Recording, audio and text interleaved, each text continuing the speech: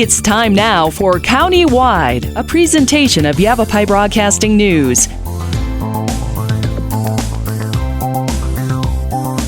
You'll hear about the interesting issues and happenings that affect all our lives. Here's today's County-Wide. Well, good day and welcome to the program. I'm Brad Miller, and we're happy to welcome into studio a first-time guest on County-Wide with the Yavapai County Education Foundation. Board member Genna Adams is here, a lifelong educator, and now having found kind of a new life again in the education realm after teaching. She's been in front of students in the administrative branch, and now lending her experience and talents to the Yavapai County Education Foundation. Genna Adams, we say good day and welcome to the program. Thank you. I'm happy to be here, Brad. As we record a few days before Halloween, I have to let our listeners know you are fully decked out in witch's gear. I love it. Terrific costume. Are you and the students having fun with Halloween, or is this just what you do for this time of year? Oh, no. Well, Halloween is absolutely my favorite holiday. It's a fun one. And I take my dual-enrolled high school, college kids, and we are the Boo Crew all over the valley. And we teach safety tips and read interactive Halloween stories. Good stuff. And it's a lot of fun. Not unlike, in a way, what the Yavapai County Education Foundation does. Now, I gave you kind of a brief intro, but I got it right, didn't I? You're a lifelong educator, everywhere from being in the classroom in front of students to administrative work until kind of returning into this realm with the board. Is that right?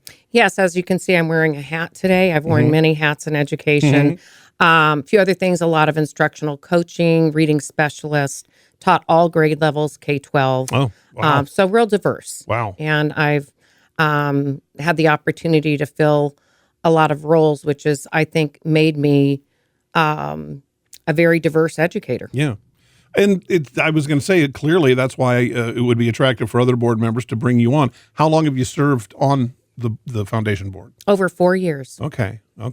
Has it been eye-opening? Is it kind of what you expected? Has there been a lot of change even in that time, or? Those are great questions. I had never served. I had served on other types of boards, but not something county-wide. Okay. And meeting Tim Carter and Michael Elwood, the president, their perspectives and their experiences are very different than mine.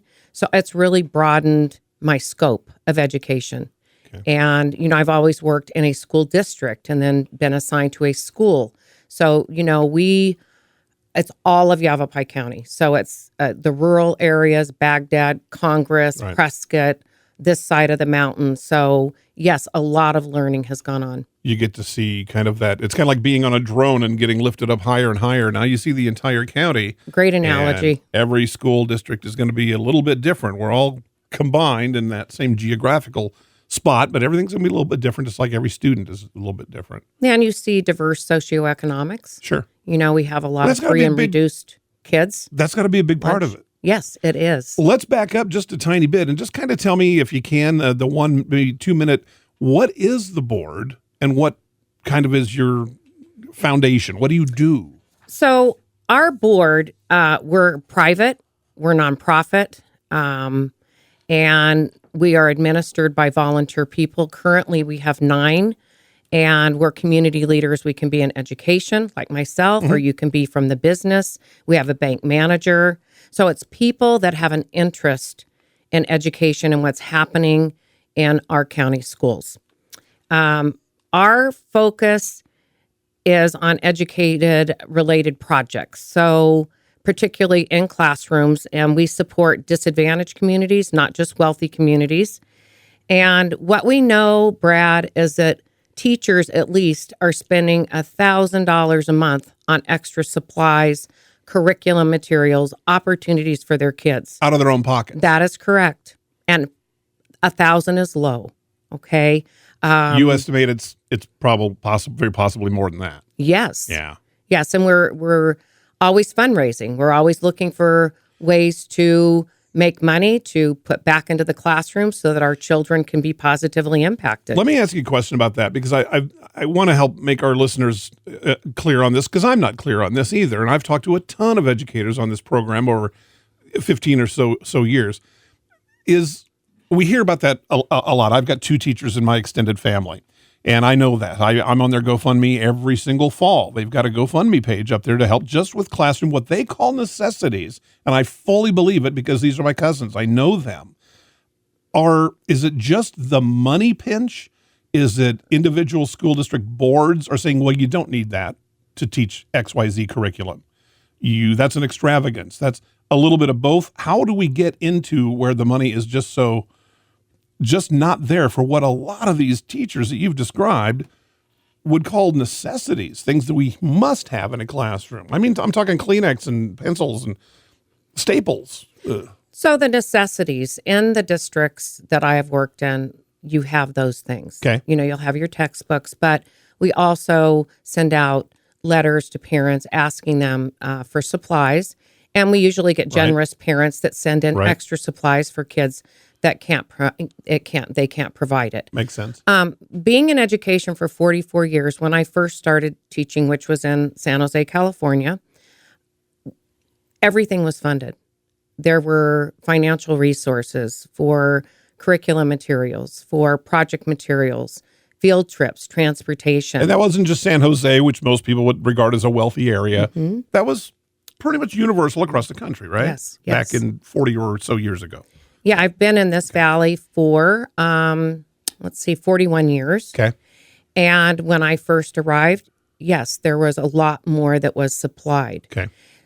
In today's classrooms, maybe not all districts are this way, but generally where I've worked, if you want to take your kids, for instance, to the Grand Canyon National Park, which I did with fifth graders, I applied for one of these grants and I received $500. Didn't pay for the entire field trip and overnight stay, but it certainly helped. On a side note, being passionate about wanting to fund teachers, I actually bought my own shaved ice machine and cart, and I supply people with the cups, the straws, and the syrups if they want to use it for a fundraiser so that they can sponsor the things that they want to provide for their students.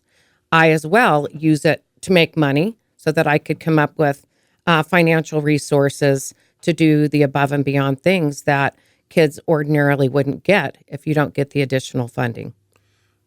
So it's determination mixed with dedication, a creative skill set.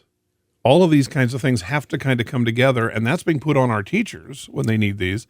But that's where the board comes in. That's where the foundation comes in, is trying to kind of at least offset, if not help, completely fund some of these different kinds of things. I think a lot of us, and I'm going to date myself too, go back to where it was reading, writing, and learning. It was book learning. We kind of quaintly called it Dick and Jane back in the old days. Dick and Jane. And if you could read, write, and do some math, a little bit of history, and some civics, perhaps you were out the door with a diploma.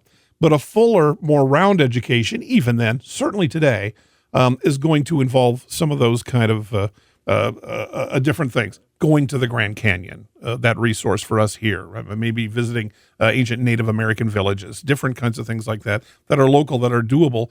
Those are critical pieces of a full K-12 education, aren't they? Mm-hmm. Okay, and those are the things that are going to get cut first. Well, teachers are the hardest working people I know. Agreed. And I am in and out of a lot of schools in the Verde Valley. Yeah. I have nothing but pride and respect for the hard work. And you use the word determined. They persevere, they're resourceful, they're creative. And all of them are in there trying to make things happen. And that's where our board, we realize that they are hardworking, they're dedicated, and we want to reward them. And we fund so many different projects. So we have 2 grants available. Mm-hmm. One is $500 for an individual teacher's classroom. And you'll see last year we funded for globes. You would think that every classroom would have multiple globes. Globe of the world. That's correct. Yeah. But they don't. Used to be in every classroom. Remember, you pull down, you'd have the globes, you'd have the maps. Another example are sound systems. For performances or, the music teachers or the after school programs. I brought up to you that I took my kids to the Grand Canyon, and I actually took the same group of kids for 3 years in a row. So we want the kids to have positive experiences. That's what makes the difference. And in teaching, you don't want to just skim the surface of a topic. You want to do a deep dive. Yeah. And that's where, when you look at like the highest level of learning, it's creating. So we support teachers that want resources that are tactile that kids can manipulate, build, create, develop. So it can be in science, it can be in social studies, it can be in English language arts. It's amazing. I think my favorite part of being on the board is reading the applications and getting excited to see what those teachers are bringing to those students. Yeah. And then we also, as board members, we attend the board meetings of the district that the students are funded in, and the teachers that receive our grants, one of our expectations is that they share what they're doing. And they come with, they can bring a video, they can bring a PowerPoint, they can bring students that actually will talk about it or share their experiences. And it's just really great to see. To kind of further inspire maybe colleagues or the students themselves or the board. Yes. To see what they're doing. Yes. That's terrific. All right. We do need to take just a short break. When we come back, talking about education and the work done by the Yavapai County Education Foundation. Board member Genna Adams is our guest. I'm Brad Miller. It's Countywide, and we'll be back right after this. Life changes, then it changes again. Predicting the unexpected in life is impossible. That's why it's called unexpected. So when it comes to financial goals, our philosophy is don't predict, prepare.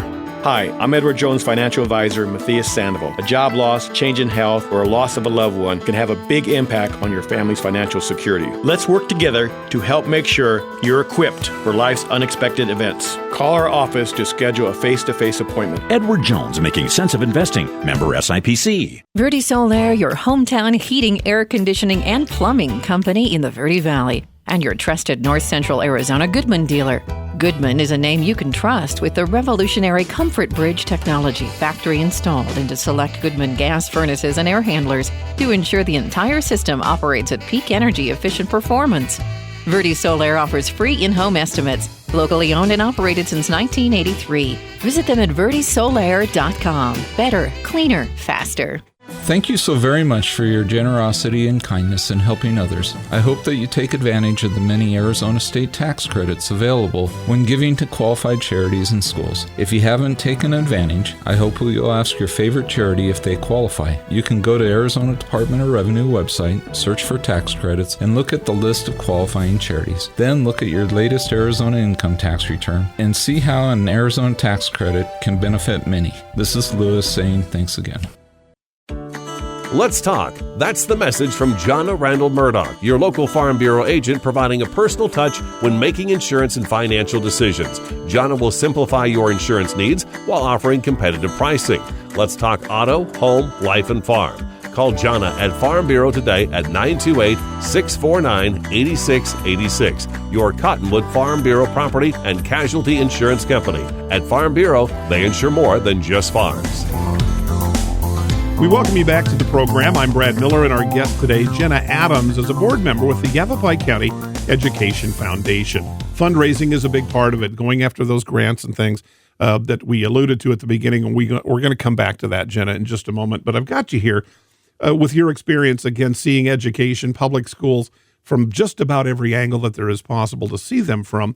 If there's one issue, one matter, one question, one piece of information you wish more parents had or understood or dove more deeply into about public schools, parochial charter, anything, wherever their kids are being educated, their K through 12 kids, what would it be? What is the biggest misconception, or what do parents often not kind of get or see or understand?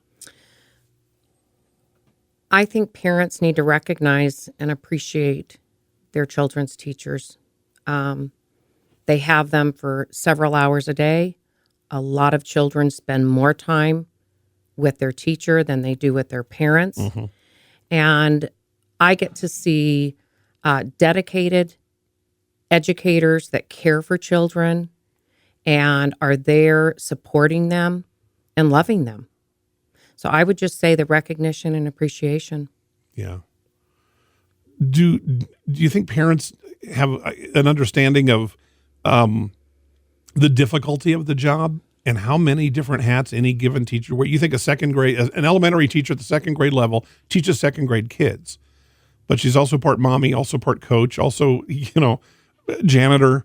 There are so many kind of pieces to that, and every single grade level will have the same kinds of stories. Do people not understand or see that there's just a lot more to it, perhaps, than when the parents themselves went to school, even if they're young, new parents? We see a lot of diversity. Yeah. Definitely the classroom, they're changing. The types of issues that we're seeing is getting a little bit more complicated. And I would say that we have so many wonderful parents that give their time. They work in the schools. Sure. They volunteer. So they're going to have a pulse on what it's like. Because if you have two kids and you realize what you juggle to be a parent, and then you go into a second grade classroom with possibly 29 students, and like you said, you are responsible for their physical needs, their emotional, their academics, Right. their socializing.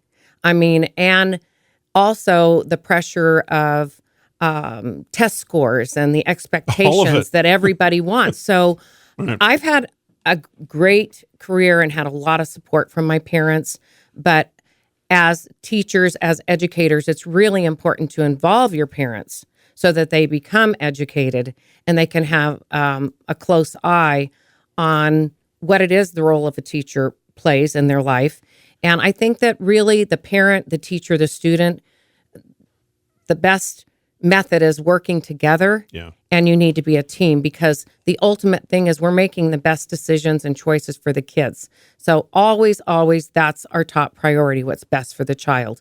And you need to have that collaboration with the parent. The parent and the school need to have that partnership, Yes. as told from a very experienced, an expert. I think it's safe to call you an expert on Thank you, Brad. public education, just from what I've heard so far today. Let's talk dollars and cents, really kind of at the core. The children, the students are at the core of what the foundation does, but it takes money to get to them and get at them.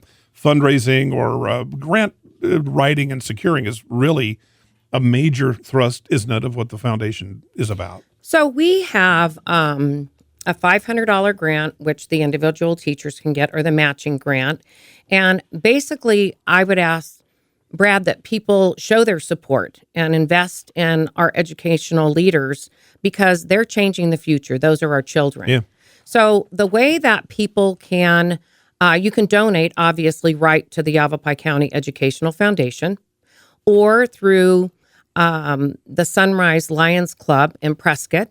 You can use your tax credit dollars. If you're a single individual, you can donate $400. If you're a married couple, it could be $800. That's become a huge program in Arizona. That's right. Dollar for dollar, you Maybe get it everywhere. back. Yeah. I can remember when it just kind of started, and I had to have it explained to me 2 or 3 times because I didn't understand it. And I've talked to friends and colleagues who say, well, we don't ever owe any state tax, so I don't do this. I'm like, it doesn't matter. So look into that, folks. Talk to your accountant or whomever it is. Go to the website, perhaps, and find information there. It's an extraordinarily significant tool for a lot of districts to use, for the foundation to use, and I hate to see it sit on the shelf with people just because they don't know what it is. Yeah, and you know what? Those monies go directly into classrooms. Yes. And positively impacting kids.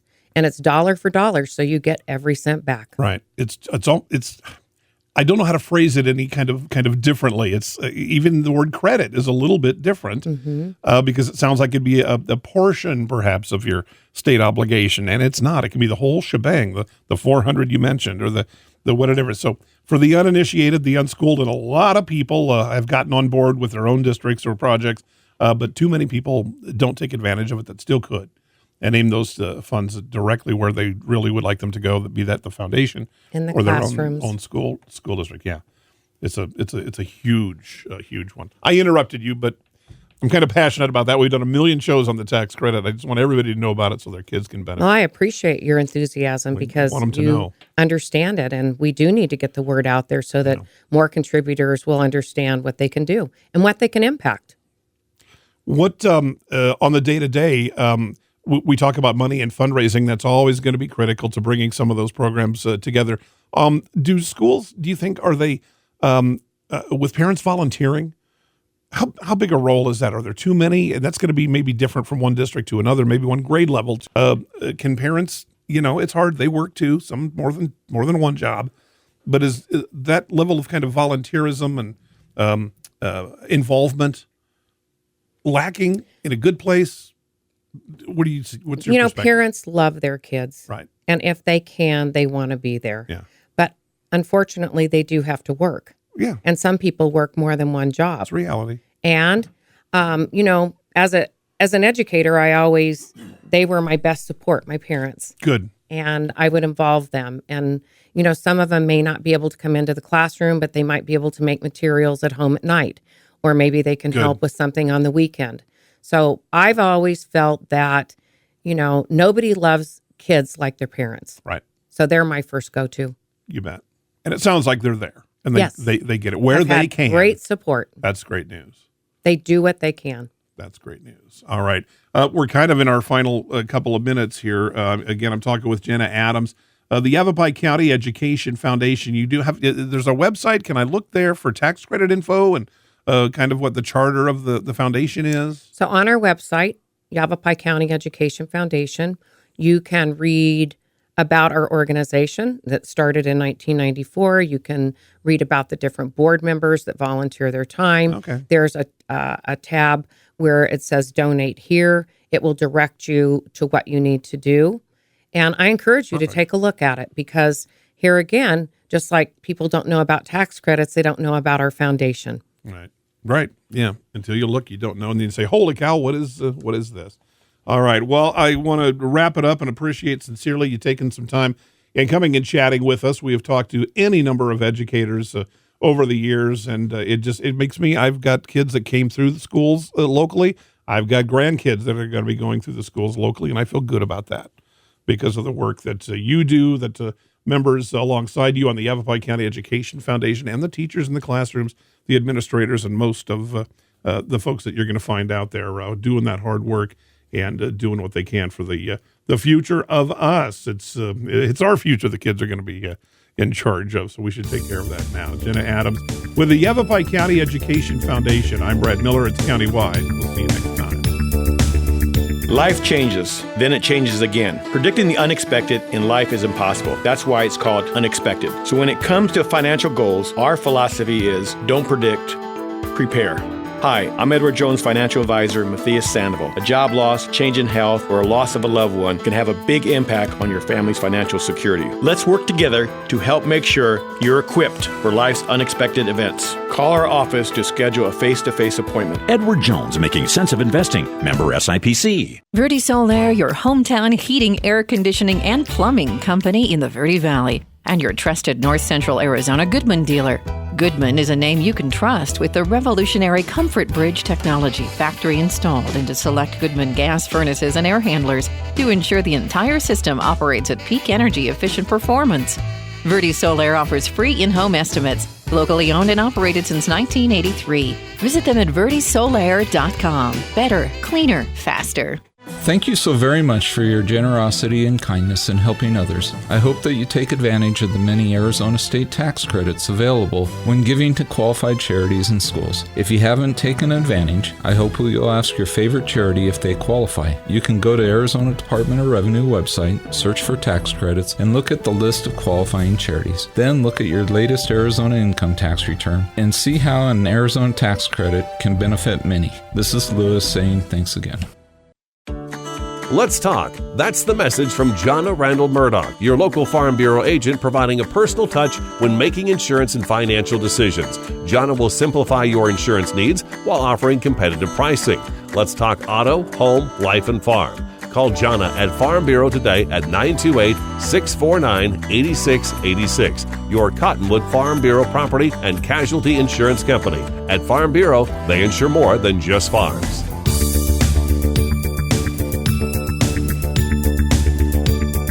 This has been Countywide. Listen in each Tuesday and Thursday at this time. If you have a topic or guest idea that you'd like to suggest, email us, news@myradioplace.com.